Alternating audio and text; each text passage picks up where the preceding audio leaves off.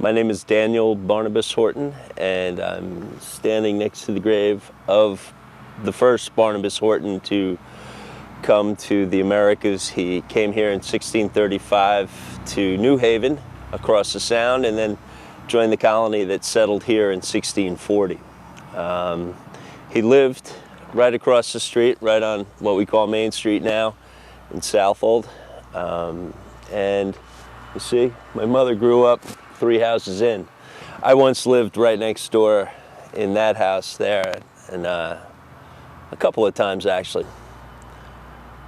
This is a pretty powerful location for me. I've always felt like it was special. Well, I know now that, gosh, most people don't have a place with so many links to their life just right in one place. And it feels kind of special. Okay. Apparently my family was, or the man in the family had been involved in furniture making.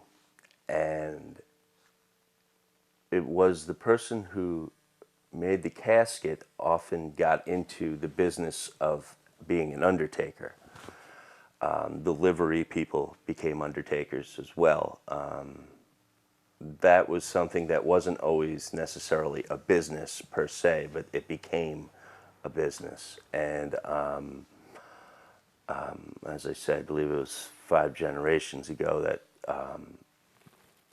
I think it was Justice Horton or Justice Elbert. It's either Justice or J.E.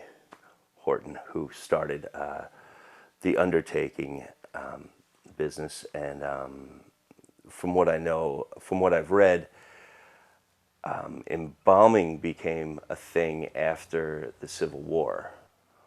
My grandfather, Skipper, who had a bad leg from polio, he couldn't play sports, but he was a very active person. As I said, he'd had polio as a child, so his father bought him a boat, and he would row and sail around a lot. He was always on his boat, and at a very young age, he got the nickname Skipper.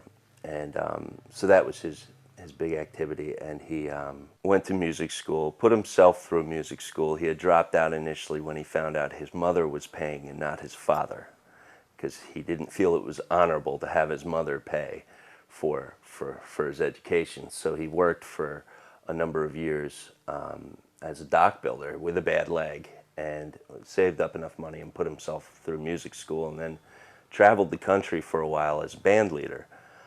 And the band went broke somewhere outside of,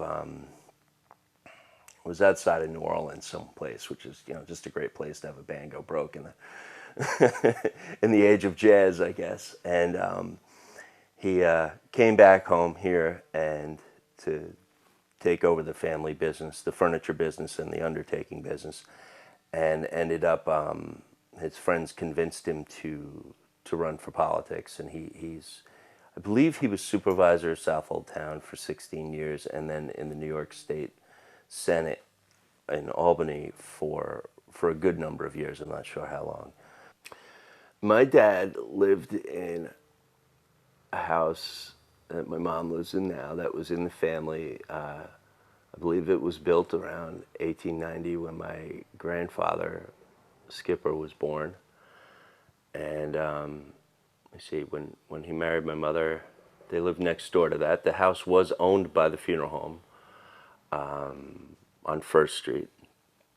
And sometimes when I was a young teenager, I would go and help my father put headstones in at different graveyards, mix the concrete and put it down. And yeah, we would set the headstones, and that was just some,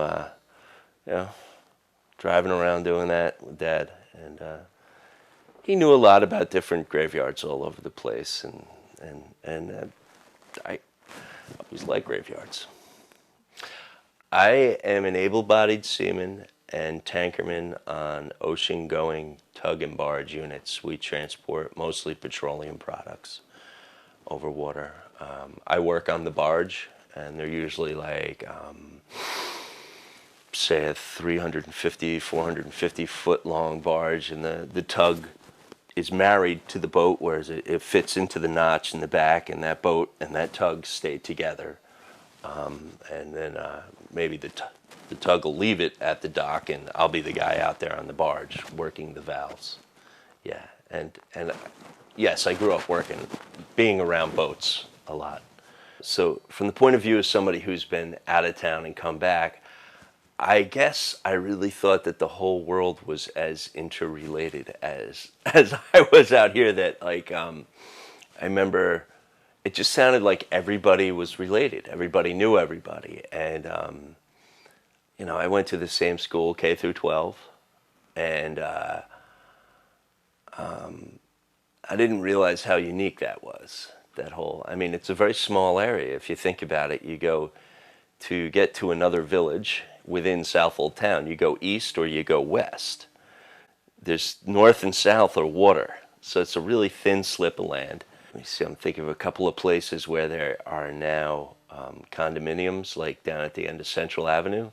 There was an old boatyard there with huge old rusted buildings, the kind of boathouse buildings, and we used to have great BB gun and pellet gun fights, and the rule was you don't shoot somebody in the face, but that was the only rule, and it was broken.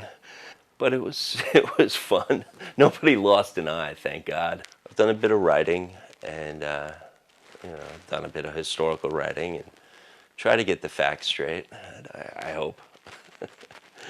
This area for me, history always feels like part of my life story, even though it's history and it wasn't me. I'm identified with it, which is, I guess that's a gift. I try to honor that. Hi, my name is Gail Horton, and I was born Gail Helen Fisher in Eastern Long Island Hospital, around the corner here from my house. My husband had a phenomenal memory and was an excellent storyteller, so he told me many stories of his family, of Greenport and Orient, that he told them with such richness and passion that I keep them in my mind too. Well, what's interesting to me, and particularly since there's so much ephemera and objects in this house, how they were enthusiastic citizens, from what I gather from their earliest times here. Eva Horton, who was Eva Albertson from South Jamesport, called herself a Lincoln Republican. She was very active in the community. She was on one of the early developers of the hospital, of the library. She formed a women's exchange. She was a writer. She wrote 3 columns for Riverhead papers: a religious column, a local column, and a world news column, world opinion column.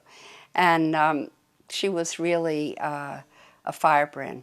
S.B. Horton, of whom I know the most, was Dave's grandfather, and he too was involved in local affairs. And as I go through the papers in the attic, I find out he had many other businesses besides the funeral home and the furniture business. He was in real estate. He was all sorts of things, and he was an early president of the village. Well, not the earliest. The village was founded in 1838, but he was a president of the village in the 1890s. He was around when the electric department was founded, and he was also a judge. There used to be men's clubs, but then Schuyler and his wife, Eva Albertson Horton, when they were young, started a women's and men's club for the community. They were interesting. They were interesting people, and I learned a lot about the development of the United States just through reading these somewhat intimate documents, and the history of the area too. But also I learned, I'm always interested on how people's thoughts develop. I like to incorporate the history of the area in my work. I used to work up in Halleckville. John Eilertson, he's the one that really taught me a lot.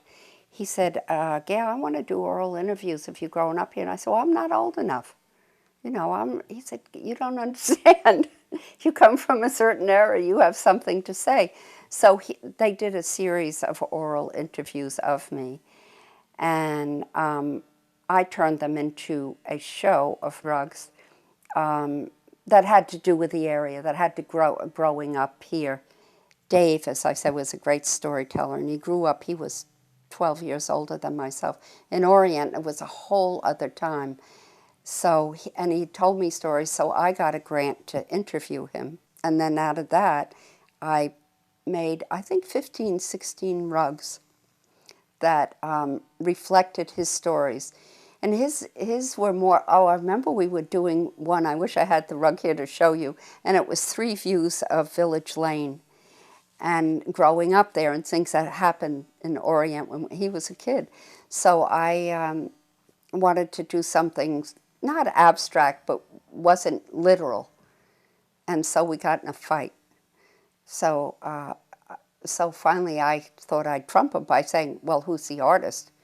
And so Dave, who was very smart, said, well, whose life is this? So I said, all right, we'll do it your way. Oh, and I've done another one that I do a show that I do of, and it's called The Mermaid's Tale of Greenport.